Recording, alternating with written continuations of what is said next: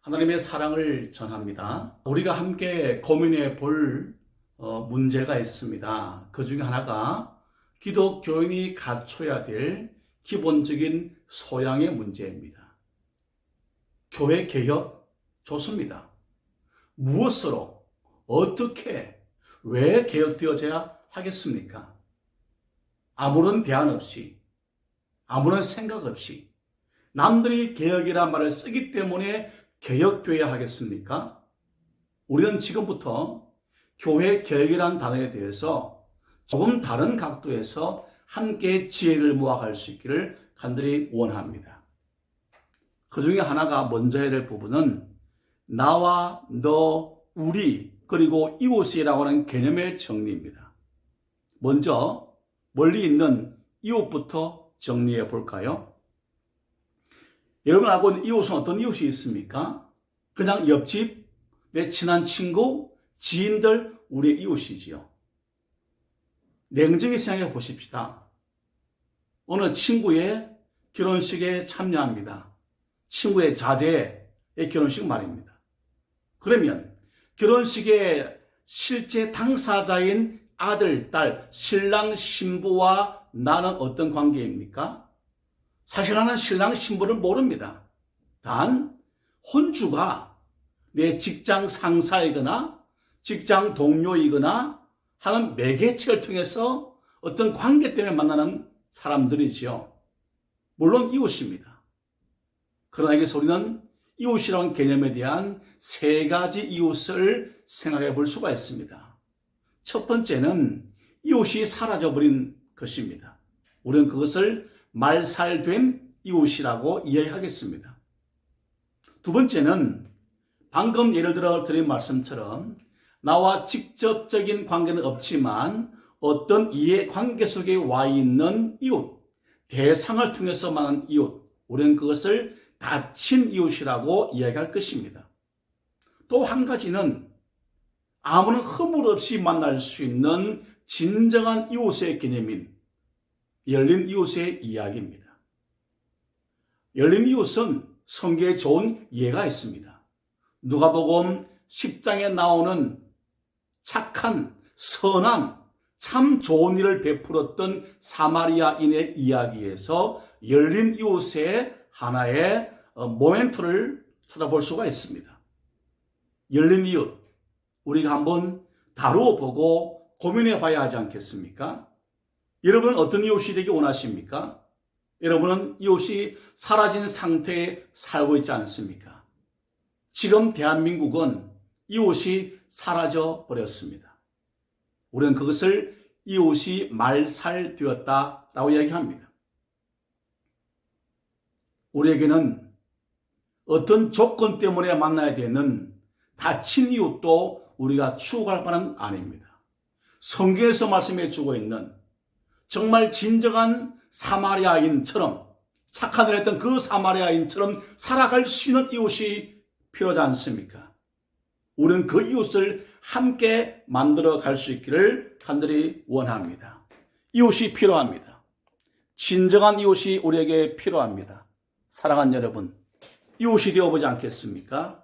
그 이웃은 바로 우리 곁에 있습니다.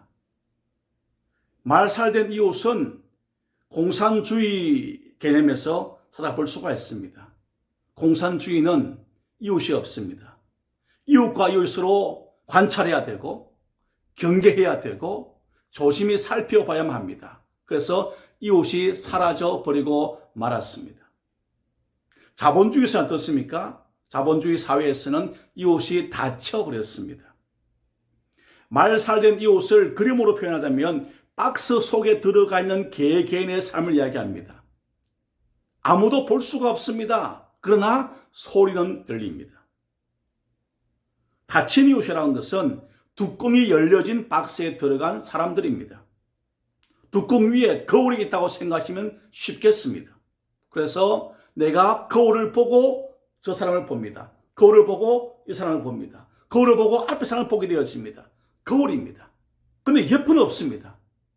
뭔가 매개체가 있어야 이웃을 만날 수 있습니다. 물론 대화는 통합니다. 대화만 통한다고 그것이 진정한 소통이겠습니까? 그렇지 않습니다. 소통은 대화할 수 있는 어떤 누구라도 함께 대화할 수 있어야 한다는 것입니다. 우리는 그런 면에서 열린 이웃이 필요합니다. 스스럼 없이 만나서 대화하고 교제하고 함께 마음을 나눌 수 있는 이웃이 우리 사회에 필요합니다. 대안이 있습니다. 그것은 성경입니다. 성경을 통해서 우리는 이웃의 개념을 새롭게 만들어 가야 합니다. 이것이 어쩌면 이 시대를 살아가는 크리스찬들의 사명이라고 생각합니다. 나 혼자 살아가시겠습니까? 아닙니다.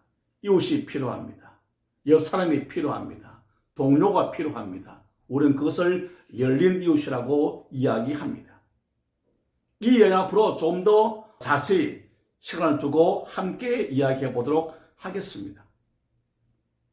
이 첫 시간에서는 이웃의 개념을 한번 정리해 보았습니다.